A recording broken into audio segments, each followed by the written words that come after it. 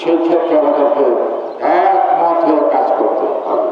ভিন্ন মত থেকে ভিন্ন পথ থাকবে, কিন্তু গণতন্ত্রের প্রশ্ন আমাদের একমত থাকতে হবে। স্বাধীনতা সার্বভৌমত্বের প্রশ্ন একমত থাকতে হবে।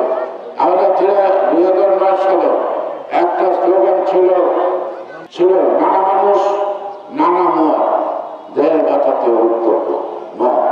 সুতরাং গণতন্ত্র না থাকলে দেশ বাঁচবে না।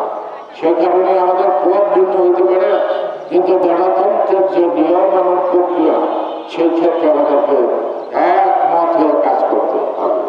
জনগণ ডিসাইড করবে তাকে তারা প্রতিনিধি বানাবে।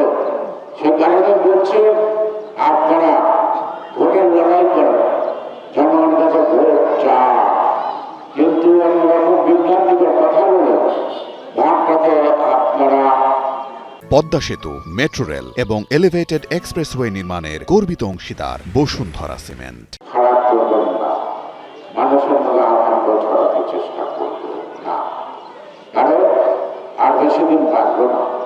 যতদিন বাঁচব, যে সংগ্রাম, যে লড়াই দিয়ে পর্যন্ত আসছি, এই লড়াই দিয়ে জীবনটা উৎসর্গ করব জনগণের জন্য।